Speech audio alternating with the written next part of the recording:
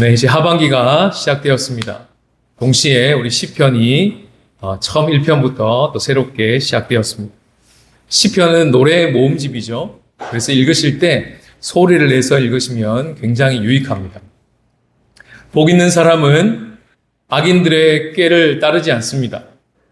죄인들의 길에 서지 않습니다. 오만한 자의 자리에 앉지도 않습니다. 오직 여호와의 율법을 즐거워합니다. 그리고 그 율법을 주야로 밤낮으로 묵상합니다. 그런 사람은 시냇가에 심은 나무와 같습니다. 철을 따라서 열매를 맺을 것입니다. 그리고 그 잎사귀가 마르지 않을 것입니다. 그가 하는 모든 일이 형통할 것입니다. 지금 제가 한 것이 바로 시편을 소리내어 읽은 것입니다. 이렇게 하시면요, 말씀으로 기도도 저절로 되고 뿐만 아니라 응답하는 기도가 우리 입에서 저절로 나가는 것을 보게 됩니다. 굉장히 우리 기도 생활의 영적인 고도를 높여주는 아주 좋은 책이 바로 시편이 되는 것이죠. 그래서 소리내어 읽기를 권해드립니다. 이 책은 총 150편으로 되어 있죠. 각각의 시는 만들어진 배경이나 그 내용이 참 다양합니다. 시기도 다양합니다. 그러나 그것이 함께 모여져서 시편이라는 책 안으로 들어올 때는 분명한 대상이 있었고 또 그것을 책을 만든 목적이 있었고 그리고 그것을 편집했던 분명한 의도가 있었고 그리고 그 뒤에는 성령의 감동하심이 있었습니다. 우리가 잘 알듯이 시편 이런 구조로 되어 있습니다. 잘 아시죠? 1권부터 5권으로 5부작으로 편집되었습니다. 이것만 봐도 누군가가 의도를 가지고 시들을 모았다는 것은 분명히 알 수 있습니다. 어떤 의도였을까요? 누구를 위해서 이걸 만들었을까요? 이 책을 든 첫 번째 사람들은 바벨론에서 포로가 되었던 사람들이 돌아왔던 백성들입니다. 그들에게 이 노래집을 줬던 이유는 뭐냐면 이걸 읽어보시면 하나님이 누구신지를 알게 될 것입니다. 그리고 그 하나님이 그분을 하나님이라고 부르는 백성들이 어떻게 살아가야 할지를 그 길을 발견하게 될 것입니다. 라는 목적을 가지고 이 책을 건네주었습니다. 그래서 이 5개의 구조로 만들면서 그 당시 유대인들이 너무나 익숙했던 창세기, 출애굽기, 레위기, 민수기, 신명기, 이 모세 오경이라고 하는 구조를 가지고 마치 이 책을 그와 같은 권위를 가지고 읽어보십시오 라고 건네준 것입니다. 그래서 시편에 보시면 시작부터 이 길이라는 이야기가 나오기 시작하는 것입니다. 시편 전체가 알려주는 길이 있는데요. 그 핵심 메시지는 바로 이것입니다. 실패한 인간 왕을 의지하지 마십시오. 그 실패한 인간 왕을 만회하시기 위해서 참되신 왕 하나님이 오셨습니다. 그 하나님을 의지하십시오. 그 하나님의 가르침을 즐거워하십시오. 그리고 그 하나님 그분 자체를 즐거워하시고요. 그분의 아들과 입을 맞추십시오. 그리고 그에게 피하십시오. 그가 바로 복된 자입니다. 이런 내용이 시편 1, 2편에 들어가 있을 뿐만 아니라 이것은 바로 시편 전체의 핵심 메시지였던 것입니다. 오늘 읽은 본문은요, 시편의 인트로 부분입니다. 머릿말입니다. 들어가는 문이에요. 프롤로그죠. 그러니까 이런 분위기입니다. 시편으로 이제 들어가면서 시편의 핵심 길을 가르쳐 드릴 텐데 들어가는 문 위쪽에 대문짝만하게 핵심 메시지를 이미 달아놓은 겁니다. 그리고는 시편을 시작하는 거예요. 1편과 2편의 특징은요, 표제가 없습니다. 그리고 1편과 2편은 아주 정교한 샌드위치 구조로 되어 있습니다. 조금 이따가 1, 2편을 함께 읽어볼 것입니다. 이 두 편을 함께 읽을 때 우리에게 오는 메시지가 훨씬 더 풍성하다는 것을 발견하게 되실 것입니다. 들어가는 문이 있다면 나가는 문도 있겠죠? 그것이 바로 시편 146편부터 150편까지 할렐루야 시편입니다. 거기도 표제가 없습니다. 똑같이 샌드위치 구조로 정교하게 구조되어 있습니다. 그래서 시편을 이렇게 세 부분으로도 나눕니다. 1편부터 2편은 머릿말이고요. 그리고 3편부터 145편까지가 못말이고 나머지 146편부터 150편까지가 맺은말입니다. 그리고 이 구조에서 우리는 놀라운 메시지를 하나 얻게 되는데 바로 머릿말도 아쉬레라고 하는 히브리어 우리말로 번역하면 복되도다 이러고 시작하는 머릿말이 2편 12절에 보면 또다시 아쉬레 하면서 복되도다 하고 끝나는 거예요. 뭐죠? 감탄하여 시작하여 감탄하고 끝나는 책이 머릿말이 시편입니다. 맺은말 볼까요? 맺은말은요 우리가 잘 아는 할렐루야 여러분 여호와 하나님을 찬양하십시오 이걸로 시작해서 끝도 할렐루야라고 끝이 납니다. 하나님을 감탄하면서 찬양하는 것으로 시작하여 찬양하는 것으로 끝나는 것이 시편의 맺은말입니다. 그럼 못말을 읽어보시면 뭐가 나옵니까? 당장 3편부터요 죽겠다가 나옵니다. 탄식이 나와요. 다시 말해서 못말을 지나간다는 것은 우리의 삶을 지나간다는 것입니다.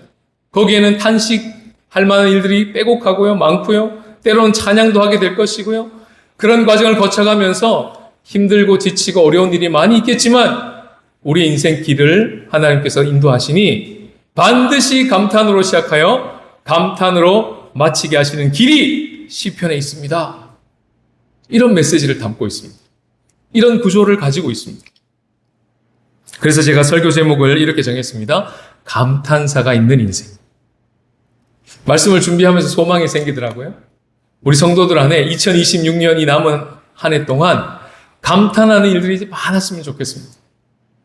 어떻게 하면 이런 감탄하는 인생, 감탄사가 있는 인생을 살아갈 수 있을까요? 오늘 본문에 하나님의 음성을 경청해 보시겠습니다. 첫 번째 메시지 다 같이 읽겠습니다. 시작. 여호와의 가르침을 즐거워하라. 우리가 지난번 고린도전서에서도 계속 봤지만 시편에서도요 정교한 샌드위치 구조가 사용되고 있습니다. 1편과 2편이 이런 모양으로 되어 있습니다. 아주 정교하죠. 제일 처음과 끝은요 아쉬레 복되도다라고로 딱 쌓여져 있고요. 그 다음은요 죄인들의 길 그리고 망하는 길, 데레크라고 하는 히브리어도 짝을 맞추어서 그 다음을 딱 싸고 있고요. 이런 식으로 계속 똑같은 주제, 똑같은 단어들이 양쪽을 싸고 들면서 가운데를 향하는 모습입니다. 여기서 놀랍게 하나 발견하는 것은 시냇가에 심은 나무라고 하는 것을 우리는 잘 알고 있습니다. 그게 우리죠. 우리라고 읽는 것이죠. 그런데 그 시냇가에 심은 나무와 시편 2편이 딱 교차가 되면서 뭐와 짝이 맞냐면 너는 내 아들이라 또는 너는 내 딸이라 하는 말과 짝이 맞습니다. 이 말은 내가 너를 낳았어. 너는 왕이야.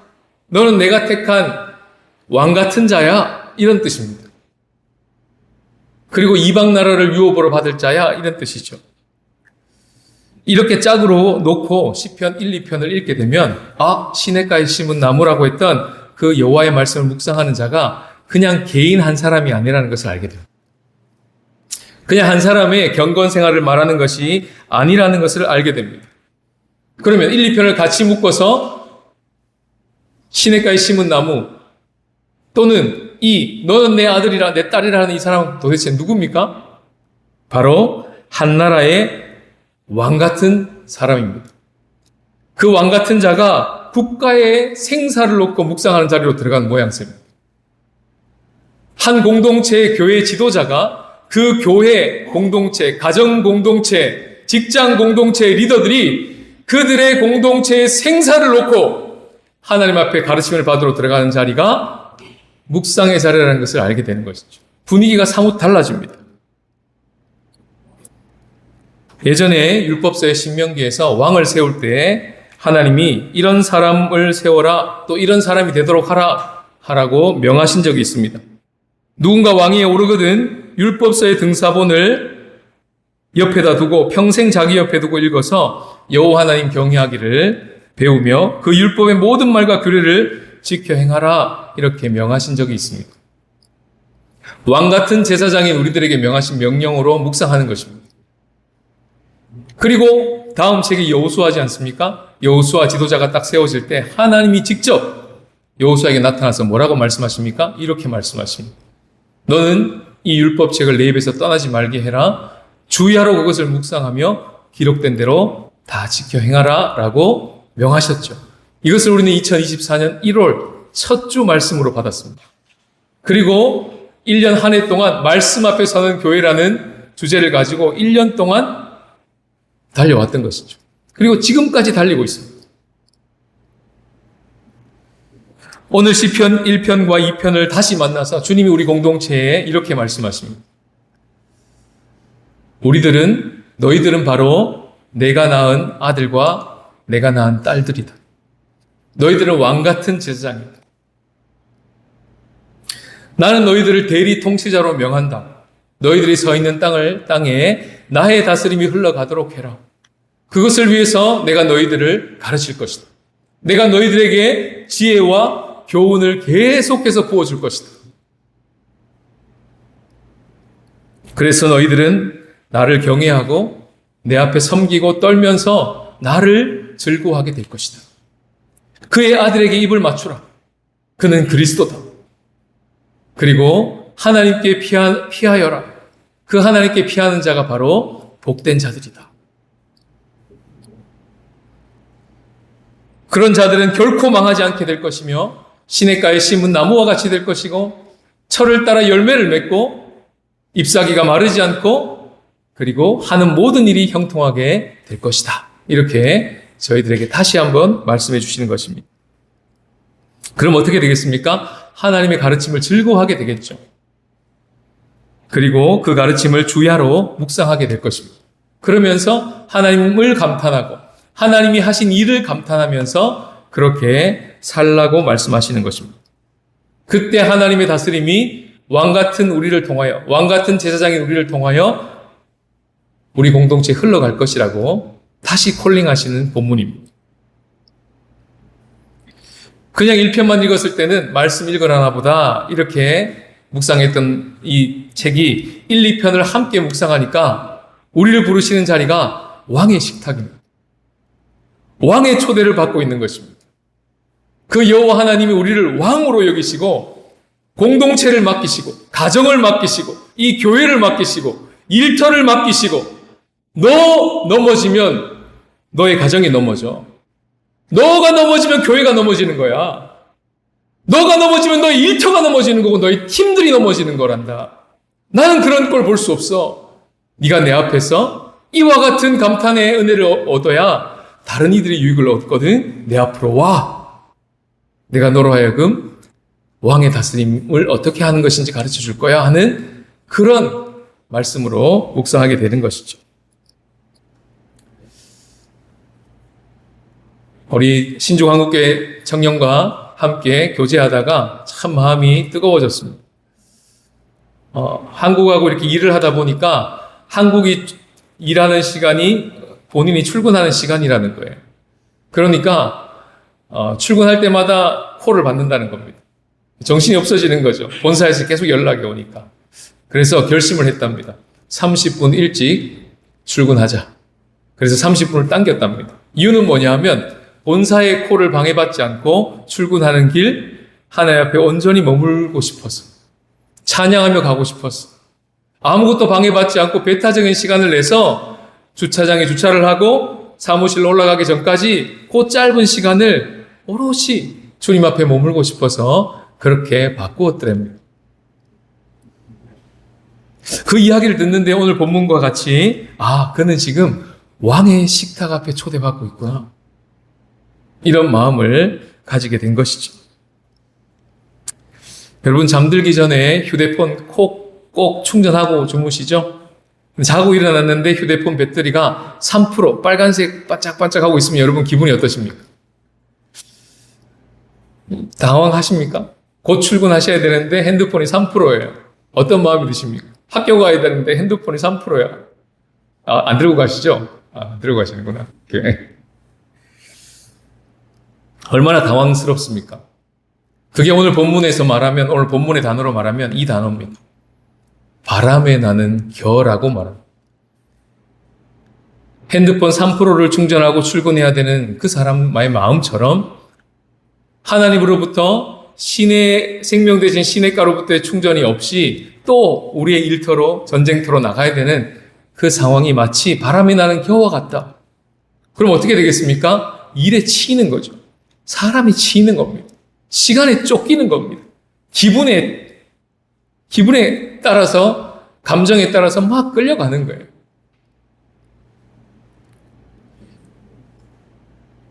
그렇게 살지 않도록 주님이 우리를 왕의 식탁으로 다시 한번 초대하고 계십니다. 그래서 말씀을 준비해서 그런 생각이 들었습니다. 휴대폰을 충전하지 않는 사람은 없다. 그렇다면 휴대폰을 충전하는 행위를 할 때마다 이 말씀이 떠올랐으면 좋겠다 하는 마음이 있었습니다. 그런 마음으로 우리 시편 1편 2절 3절을 새 한글로 다 같이 한번 읽어보시겠습니다. 시작. 여호와의 가르침에 자신의 기쁨을 두고서 여호와의 가르침을 낮이든 밤이든 소리내어 읽습니다. 물길 곁에 심은 나무와 같아서 철 따라 열매를 맺고 잎사귀가 마르지 않습니다. 무엇을 하든지 잘 됩니다. 여호와의 가르침을 즐거워하라. 거기에 기쁨을 둔 자, 그가 바로 물길 곁에 심겨진 나무입니다. 그는 감탄사가 있는 인생을 살아갈 수 있다라고 오늘 본문 이야기하고 있습니다. 두 번째 메시지 다 같이 읽겠습니다. 시작. 여호와께서 나를 기뻐하신 줄을 알라. 좀 뜬금없겠지만 오늘 본문 1편을 2편과 함께 읽었다면 이번에는요 41편과 함께 읽어보고자 합니다. 왜일까요? 이것 때문에 그렇습니다. 1권의 첫 번째 책이 1편이라면 1권의 마지막 책이 41편이죠. 놀랍게도 이런 형식으로 되어 있습니다. 역시 샌드위치 구조입니다. 복 있는 사람으로 시작해서 복 있는 사람으로 끝이 납니다. 즐거워하고요. 또 모든 견디지 못한 망한다, 지혜를 얻는다 이것들이 고스란히 반복되는 형식으로 41편이 만들어져 있습니다. 정교하죠. 여기 복 있는 사람 1편에서는 말씀을 묵상하는 자였다면 41편의 복 있는 사람은요. 어떤 사람입니까? 가난한 자를 보살피는 사람입니다. 좀 바뀌었죠? 이것을 일단 머릿속에 마음속에 담아둡시다. 그리고 지혜를 얻는다라고 하는 히브리어 마스킬이라고 하는 이 단어가 역시 41편 1절과 연결되어 있습니다. 질문입니다. 하나님이 왜 지혜를 주실까요? 가난한 자를 보살피라고. 이렇게 묵상하는 것입니다. 41편과 같이 연결해서 묵상하면 지혜를 주신 이유가 내 품사람들을 더 사랑할 수 있는 지혜구나. 내 가정의 식구들을 마음껏 사랑할 수 있도록 지혜를 주신다는 것이구나. 내 직장의 일들을 탁월하게 잘 감당할 수 있도록 지혜를 주신다는 것이구나. 그렇게 읽으라는 것입니다. 우린 창세기 1장을 통해서 이 말씀을 받았습니다. 올해 주신 말씀이죠. 혼돈과 공허와 흑암 가운데 있는 이 깨어진 세상을 하나님의 영이 수면 위에서 품으면서 운행하고 있는 모습을 성경 시작부터 보여줬습니다. 그리고 이것이 우리 신중 한국교회를 향하신 하나의 모습이라는 것을 받았습니다. 그리고 이렇게 표를 정했습니다. 기도로 사람을 품는 교회. 성령께서 그렇게 하고 계시니까 우리도 그렇게 하고 있으십시다. 그러면 하나님이 이르시되 빛이 있으라 하시는 하나님의 타이밍에 그 말씀이 우리의 삶 가운데 현실화되는 것을 보게 될 것입니다 하고 우린 지금 이렇게 달려가고 있습니다. 골방에서 서로를 위해서 은밀하게 서로를 위해 기도하고 있습니다. 또 상반기가 지나면서 바쁘지만 시간을 내고 돈을 써서 품사람들과 모여서 얼굴을 마주하고 식사도 하고 교제도 했습니다. 이번 주도 사진이 올라오는 걸 보면서 참 기뻤습니다. 어떻게 그렇게 예쁘게 하시고 나가셨습니까? 너무 보기가 아름다웠습니다. 서로를 돌아보고 계시고요. 서로를 돌아보고 있다는 소식들을 많이 듣습니다. 얼마나 감동적이고 감탄을 하게 되는지 모릅니다. 내게로 가까이 오셔서 요셉이 했던 그 말처럼 우리가 올리고 있던 가드를 좀 내리고 가면도 벗고 함께 우리의 마음을 서로 나누는 일들을 계속적으로 추수감사절까지 하고 계십니다. 세 가족이 3개월 왔다가 귀임했습니다. 3년 있다 가는 사람처럼 환대했습니다. 정말 놀라운 일들입니다. 그렇게 우리는 애쓰고 있습니다. 그렇게 가난한 자를 돌보고 또 외로운 자들을 돌보고 그렇게 사랑하기를 수고하고 있는 자들을, 그런 대리 통치자들을 향해서 하나님이 약속하시는 말씀이 여기 나옵니다. 41편에 그들을 향해서 하나님 약속하십니다. 내가 그를 건질 것이다. 내가 그를 반드시 지켜서 살게 할 것이다. 그리고 그를 병상에서 붙들 것이며 병에서 고칠 것이다. 혹 원수가 악담하고 너에게 와서 거짓을 말하고 수군대고 해하려고 깨할 때, 가까운 친구마저도 배신을 하고 대적하게 될 때 너의 원수가 너를 이기지 못하게 할 것이다. 이렇게 약속하고 있는 시편입니다. 그리고는 앞에서 여호와의 가르침을 즐거워했고 여호와 그분을 즐거워했던 자가 마침내 41편에 딱 와서야 깨닫게 되는 것이 있습니다. 이것입니다. 나만 하나님의 말씀을 즐거워하고 나만 하나님을 즐거워하는 것으로 끝나지 않고요. 놀랍게도 바로 그 하나님이 나를 기뻐하신다. 나를 즐거워하신다는 것을 알게 된 겁니다. 여기가 1권의 결론입니다. 이게 진짜 감탄할 이유라는 것입니다. 우리가 하나님께 기쁨의 존재가 된다니, 우리를 하나님을 보시고 막 감탄하신다고요. 기뻐하신다고. 그걸 알았대요. 이것이 1권의 마무리입니다. 우리는 여호와를 즐거워하고 여호와는 우리를 즐거워하고, 우리는 여호와를 감탄하고 여호와는 우리를 바라보시면서 막 감탄하고, 이게 사는 맛이지 않습니까? 이래 살아야 사는 재미가 있지 않겠습니까? 이게 근사한 삶 아닐까요? 인간으로서 이 땅에 살면서 최고의 근사한 삶이 뭘까요? 이 온 우주를 만드신 하나님하고 서로 감탄하는 관계가 될 수 있다? 주님! 그러고 감탄하고, 주님도 나를 보고 어머 얘 봐라. 그러고, 이게 실제로 우리의 삶 가운데 경험되어진다는 것, 얼마나 근사한 삶입니까? 인간으로 누릴 수 있는 최고의 삶 아니겠습니까? 시편은 그것을 말해주고 있는 것입니다. 저희 집에 아침에 가끔씩 그런 일이 있습니다. 둘째와 셋째는 제 시간에 일어나 학교를 가야 되기 때문에 늦잠 잘 일이 거의 없습니다. 그러나 첫째는 다릅니다. 10시에도 일어나고요, 11시에도 일어납니다. 그러면 그것을 보고 가끔씩 감탄해야 되는데 감탄이 잘 안 될 때가 있습니다. 여러분 봐라, 또 10시, 11시인데? 그러면 의지를 사용해서 우리 첫째를 바라보면서 이렇게 얘기합니다. 기적이다! 첫째가 일어났다, 첫째가. 속에서 뭐요? 10시, 11시 이렇게 하고 있지만 의지를 사용해서 첫째가 일어났다. 야, 일어났다는 게 기적이야, 한결아. 이게 얼마나 기적인 줄 아니? 이렇게 의지를 사용합니다. 그러면 그 말이 제 귀에 들려서요, 이 마음이 또 그 말에 움직입니다. 참 신기하죠? 30점 수학 점수를 받아서 부모에게 막 이렇게 흔들면서 왔습니다. 자, 어떻게 감탄하시겠습니까? 감탄이 되십니까? 네가 지금 이게 어떻게 감탄하면 좋겠습니까? 야, 그까지 30점으로 너를, 우리 아들 우리 딸이 이런 점수 따위로 우리 아들을 이렇게 딱 규정 지을 수 없지. 아빠에게는 항상 너는 100점 만점에 200점이야. 이렇게 말할 수 있으면 얼마나 좋겠습니까? 이 감탄하는 연습이에요. 훈련하는. 거짓말이라도 이렇게 말해주면 듣는 자식들이 얼마나 좋을까요? 우리 아빠가 이상해졌어. 우리 엄마가 이상해졌어 하겠지만 속으로는 얼마나 좋아할까요? 연습이 필요합니다. 훈련이 필요합니다. 요즘 제 옆에 같이 사는 분이 계신데요. 요즘 꽃에 엄청 감탄합니다.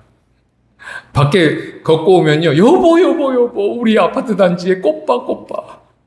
그러면서 계속 지금 막 포스트에 올리고 있습니다. 블로그에. 아름다운 풍경을 보면서 감탄하고, 맛있는 거 먹으면서 맛있다, 맛있다 하고 감탄하고, 사람들하고 얘기하면서 얘기를 쫑긋 길을 세우며 들으면서 막 감탄하고, 얼마나 근사합니까? 직장의 성과급이 확 이렇게 들어오면 감탄하죠. 와. 그러나 그것도 감탄할 일이지만 직장 안에서 하나님이 하신 놀라운 성과가 있지 않습니까? 하나님이 하신 성과. 나에게서 나올 수 없는 성과. 그런 걸 보면서 막 감탄하고 그걸 사람들에게 나누고 그러면서 살아가고 계시거든요, 실제로. 그런 얘기를 들을 때 얼마나 감탄이 되는지.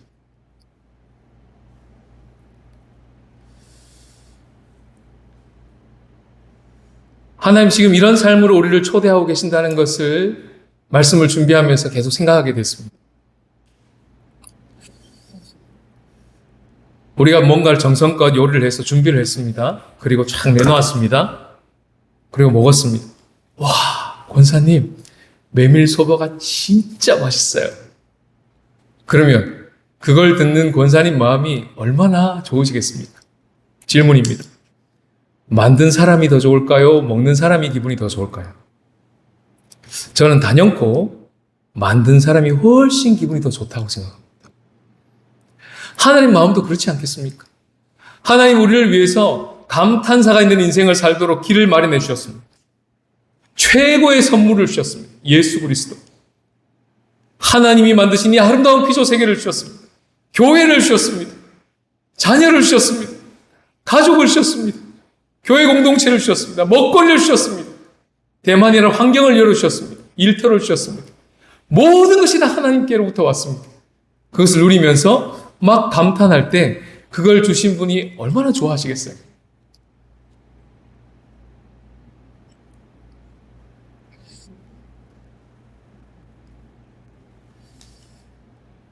우리는 이렇게 설명을 해도 막상 우리 인생 가운데 딱 닥쳤을 때 여기 복 있는 길이 있습니다. 이렇게 사는 것이 진짜 복 있는 사람의 삶입니다. 성경이 얘기하고 있고 이해를 했고 알고 있는데 막상 삶 속에 가서는 실제로 믿지 못할 때가 많습니다. 제가 보기엔 그게 복처럼 보이지 않습니다. 별로 메리트가 없습니다. 진짜 나를 복되게 해줄 거라고 믿어지지가 않습니다. 라고 느낄 때가 참 많습니다. 그래서 우리는요, 다른 길을 걸어간 자들입니다.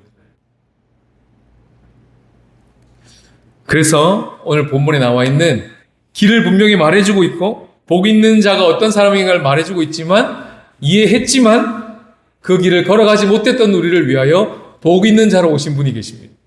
예수님이십니다.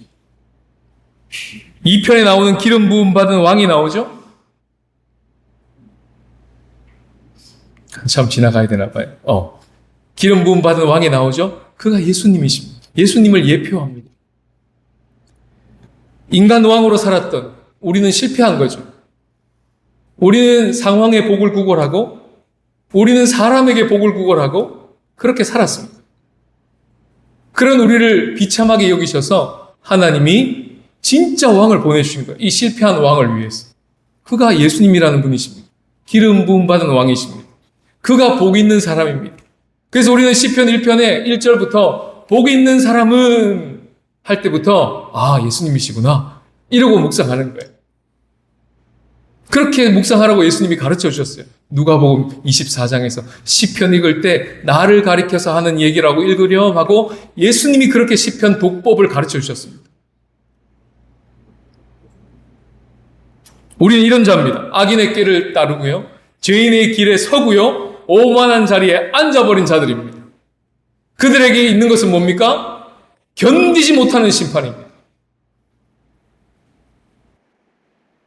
이 자리에 앉아있는 자를 위해서 하늘에 앉아 계신 여호와가 이 땅에 오셨습니다. 2편 5절에 새 한글에는 하늘에 앉아 계신 여호와라고 정확하게 번역했습니다. 왜 하늘에 앉아 계신 여호와가 내려왔어요? 우리가 오만한 자리에 앉아 있으니까요. 그분이 내려오셔야 하셨습니다. 그래서 견디지 못한 심판을 이분이 다 견디셨습니다. 그분이 십자가 나무 위에 올라가셔서 우리로 하여금 진짜 이것이 되도록, 시냇가에 심은 나무가 될 수 있도록 주님이 오신 것입니다. 그분이 십자가 나무 위에 오르셨어요. 그리고 우리를 향해서 우리가 바로 그 복 있는 자가 될 수 있다라고 말씀하신 것입니다. 그래서 이 복 있는 자는 예수님일 뿐만 아니라 예수님 안에 있는 우리가 되는 것이죠. 그들은 어떻게 삽니까? 왕을 즐거워합니다. 그는 왕의 가르침에 귀를 기울입니다. 왕이 나의 인생에 반드시 가르쳐 줄 거라는 걸 믿습니다. 내가 무너지면 가정이 무너지고, 내가 흔들리면 공동체가 흔들리고, 내가 무너지면 내 팀들이 무너진다는 걸 알기 때문에 하나님은 우리에게 반드시 지혜와 교훈을 주시고 하나님의 가르침을 반드시 주신다는 것을 말하고 계신 거예요.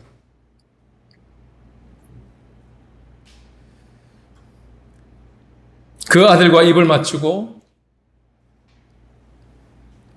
그 왕을 경외하고요, 그 왕을 섬기고 떨면서 그 왕을 즐거워하고 그 왕의 아들과 입을 맞추고, 표현이 놀랍지 않습니까? 그리고 왕에게 피하는 자, 그가 아시되 복 있는 자다. 오늘 우리에게 주시는 말씀입니다. 우리 옆 사람 잠깐 실컷 보시겠습니다. 잠깐 보세요. 잠깐만 보세요. 이분들이요, 이런 분이십니다. 복 있는 자입니다. 놀랍지 않습니까? 이렇게 한번 합시다. 와, 이렇게 다 같이 시작. 와, 야, 이런 분이셨어요? 이 감탄하는 겁니다. 잘 모시기 바랍니다. 무례하게 함부로 대하지 마시기 바랍니다. 보통 분들이 아니세요. 왕을 배하라는 분이십니다. 자, 이제 후반전이 시작되었습니다. 이제 가면요, 이제 남은 하반기 동안 많은 유혹과 시험거리가 반드시 올 것입니다. 거센 폭풍이 몰아칠 때도 있을 것입니다. 흔들릴 때가 있겠죠. 위축될 때가 있을 것입니다. 그때 오늘 이 주신 말씀을 기억합시다. 하나님 그분이 우리를 가르쳐 주실 것이다. 그리고 그 하나님이 우리를 즐거워하신다. 그 하나님이 우리의 문제보다 크시다. 그래서 우리는 어떤 폭풍 가운데서도 두 손을 들고 찬양할 수 있다. 우리의 입에, 우리의 마음에 있는 이 감탄을 빼앗아갈 자가 없다. 그런 상황이라는 것은 없다. 복 있는 자로 오신 예수님을 기억하시고요. 그리고 기름 부음 받은 자로 오신 그 예수님이 바로 보통 왕이 아니라 사망 권세를 물리치신 예수님이라는 것을 기억했으면 좋겠습니다. 그분 때문에 우리는 시냇가에 심은 나무가 될 수 있습니다. 이제 돌아가셔서 휴대폰에 꽂아서 충전하실 때마다 오늘 이 말씀이 기억나시면 좋겠습니다. 충전하고 삽시다. 자고 일어났는데 충전 안 하고 일터로 나가고 삶터로 나갔다가는 또 바람에 나는 겨같이 살게 됩니다. 이제 그만 삽시다. 진짜 하나님의 말씀이 진짜인지 한번 실험해 봅시다. 임상해 봅시다. 그리고 그리스도로 우리의 마음의 뿌리를 정확하게 뻗쳐서 충전되셔서 이번 하반기가 정말 감탄사가 있는 인생, 그런 인생으로 살아가시기를 주님의 이름으로 축복합니다. 자신과 타인에게 절망하고 상황에 탄식하며 살았던 우리에게 시작도 끝도 감탄하며 살 수 있는 길을 열어주셔서 감사드립니다. 여호와의 가르침을 즐거워하는 말씀 묵상의 자리가 그저 한 개인으로 앉아있는 자리가 아니라 왕의 대리 통치자로 앉은 자리임을 깨달았습니다. 거기서 왕의 지혜와 교훈을 받고 왕을 즐거워하며 왕의 아들과 입을 맞추고 왕에게 피하는 복 있는 자로 살게 하옵소서. 하여 왕과 왕이 하신 일을 감탄하면서 살아가게 하옵소서. 뿐만 아니라 가난한 자를 보살피라고 부어지는 지혜임을 깨달았습니다. 기도로 사람을 품고 사랑하고 섬기며 살아갈 때 내 원수가 나를 이기지 못하고 주께서 나를 기뻐하시는 줄을 알게 하옵소서. 하여 일상에서 우리를 기뻐하시며 감탄하고 계시는 그 하나님을 알아가게 하옵소서.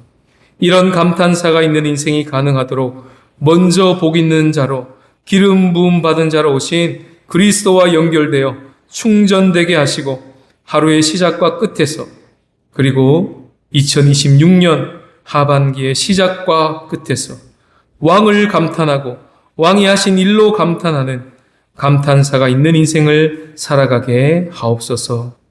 주께 전심으로 봉헌드립니다. 상반기 우리를 인도해 주신 신실하신 주님의 손길에 감사합니다. 하반기를 시작하면서 그 손으로 경영하는 일마다 형통함을 입는 복 있는 자의 삶을 살게 하옵소서. 한 해를 마무리할 때 전심으로 하나님을 감탄하고 하나님이 하신 일로 말미암아 감탄하는 마무리가 되게 하옵소서. 감사드리며 예수님의 이름으로 기도하옵나이다. 아멘.